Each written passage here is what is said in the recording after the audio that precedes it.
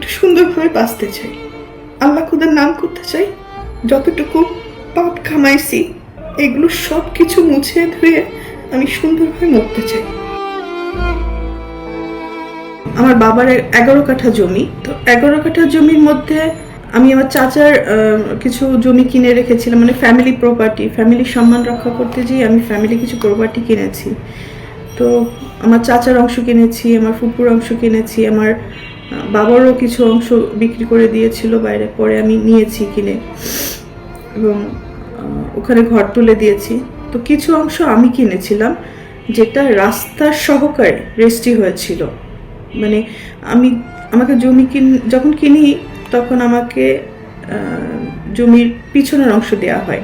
পিছনের অংশে যাওয়ার জন্য নিশ্চয়ই আমি হেলিকপ্টার দিয়ে যাব না বা ক্রেন দিয়ে ওখানে নামবো না, আমাকে যাওয়ার জন্য রাস্তা দিয়ে যেতে হবে। তো রাস্তাটা হচ্ছে আমার বাবা এবং চাচার জমির মাঝখান দিয়ে রাস্তাটা, যেখানে আমি আমার কেনা জমিতে আমি পৌঁছাতে পারবো। তো এই জমিটা রেজিস্ট্রি হয় 2008-এ। রেজিস্ট্রি হওয়ার পরে ওই জমিতে এখনো পর্যন্ত আমি যেতে পারি না, ঢুকতে পারি না। কারণ কি, আমি যে ঘরগুলো তুলে দিয়েছিলাম ওই ঘরগুলো থেকে ভাড়া আসে, এই ভাড়া দিয়ে কিন্তু আমার বাবা চলতেন। একটা সময় আমার এই সেজ বোনের কন্ট্রোলেই ছিল এই ভাড়াগুলো। আমরা ঢাকায় থাকতাম, উনি ওখানে দেখাশোনা করতো এবং এই ভাড়াগুলো সে তার পকেটে নিত। যাই হোক, আমরা একটা পর্যায়ে ধরেন করোনার আগে আগে জানতে পারলাম, কার কথা কি বলবো, মাফ করে দিবেন, মানে আমার পরিবারের কথা আজকে আমাকে পাবলিকলি বলতে হচ্ছে। এর থেকে দুঃখ লজ্জার আর কিছুই হতে পারে না। মানে আমার এই বোনটা একটু বেপথে চলে যাওয়ার কারণে আমার বাবা 2019-এ বেপথে, মানে সে ওখানে কিছু অনিয়ম শুরু করেছিল, নেশা জাতীয় ব্যবসা শুরু করেছিল, জিনিসের স্মাগলিং শুরু করেছিল, সুদের ব্যবসা শুরু করেছিল। সব কিছুর কারণে আমার বাবা তাকে এগুলো স্টপ করতে বলে, তো উনি স্টপ করে না এবং আমার মা তাকে এই সমস্ত অকারেন্সের জন্য তাকে সহযোগিতা করে, সাপোর্ট করে। তো যার কারণে আমার মা এবং বাবার সাথে এগুলো নিয়ে দ্বন্দ্ব বাঁধে এবং দ্বন্দ্বের এক পর্যায়ে যে আমার বাবাকে মারধর করে এবং রক্তাক্ত করে দেয়।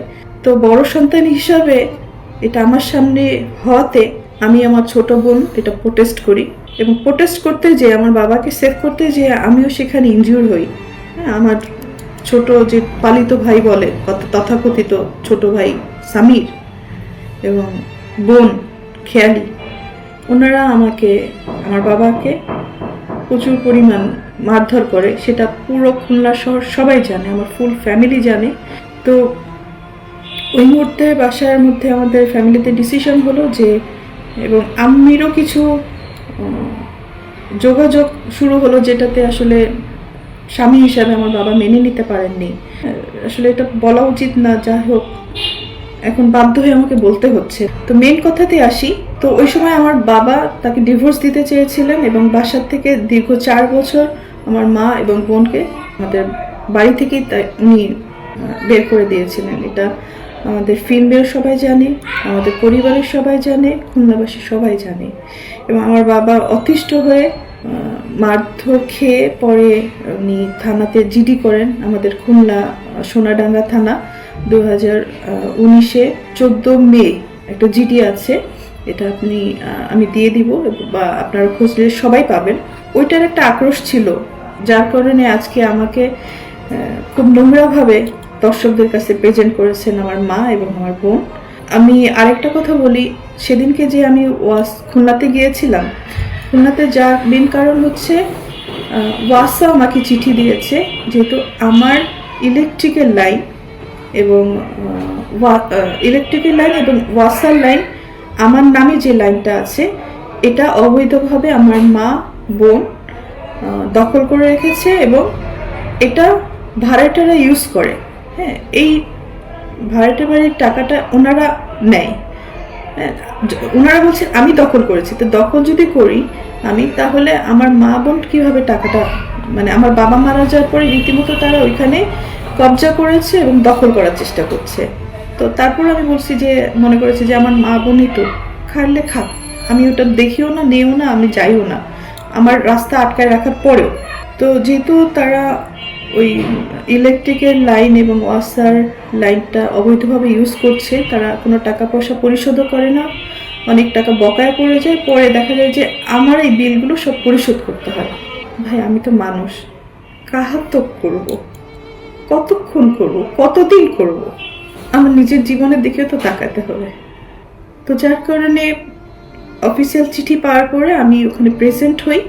প্রেজেন্ট হওয়ার পরে ওয়াসার একটা শুনানি ছিল যে ওয়াসার যে লাইনটা, আমার এই লাইনটা ছিল আমার চাচির নামে, যেটা আমার বাবা ওনার ওখানে ইউজ করতেন, কিন্তু পরবর্তীতে এটা মানে এটা একটা অবৈধ লাইন বলা হয়। তো যার কারণে অনেকগুলো টাকা, আব্বু মারা যাওয়ার পর অনেকগুলো টাকা বিল বকেয়া পড়ে যায়। পরে ওটা আমার বোন দিতে অস্বীকার করার পরে আমি ওই বিলগুলো পরিশোধ করি এবং আমার চাচিকে বলি যে উনি এই লাইনটা কি করবেন। তখন বললো যে পপি, তাহলে তুমি টাকা পরিশোধ করছো, তুমি এই লাইনটা তোমার নামে নিয়ে নাও। তো আমি তখন বললাম যে ঠিক আছে, আমাকে দিয়ে দেন। ওয়াসা এটা ইনকোয়ারি করে অফিসিয়াল লিগ্যাল কাগজপত্র প্রসিডিউর করার পরে আমাকে পারমিশন দিয়েছে। তখন ওয়াসা আমাকে চিঠি দিল যে আপনি আসেন অন দ্য স্পটে, এটা আমরা ইনকোয়ারি করব। তো ওই কারণে কিন্তু আমার ওখানে যাওয়া।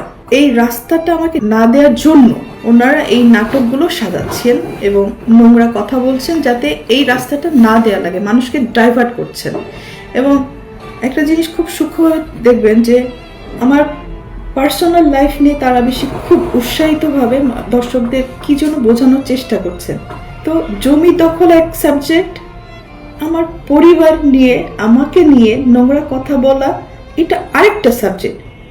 মানে ওনারা কি চাচ্ছেন, কি বোঝাতে চাচ্ছেন, এটা আমি হয়তো ক্লিয়ার, কিন্তু আপনার হয়তো ক্লিয়ার না।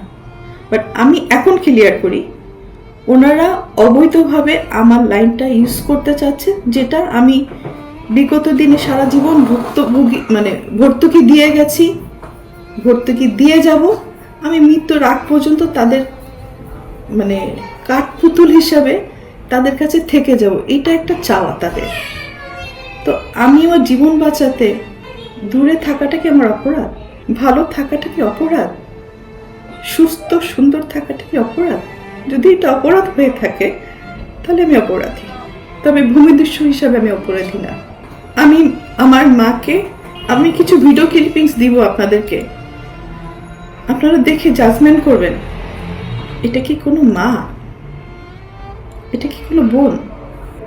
এই সমস্ত কোশ্চেনের নিজের কাছে নিজে করতে করতে এখন আমি না মানে অনেক হিসাব মিলাতে পারি না, যার কারণে আমি সব কিছু থেকে দূরে চলে গেছি। আমি আর কতদিনই বাঁচব? যে কদিন বাঁচতে চাই একটু সুন্দরভাবে বাঁচতে চাই, একটু ভালো থাকতে চাই, একটু ভালো খেতে চাই, আল্লাহ খুদার নাম করতে চাই। আমার ফ্যামিলির কারণে আমি যতটুকু কাজ করতে যে মানুষের গালি খেয়েছি, যতটুকু পাপ কামাইছি, এগুলো সব কিছু মুছে ধুয়ে আমি সুন্দরভাবে মরতে চাই। এটা যদি আমার জন্য অপরাধ হয়ে থাকে, আমি অপরাধী ভাই।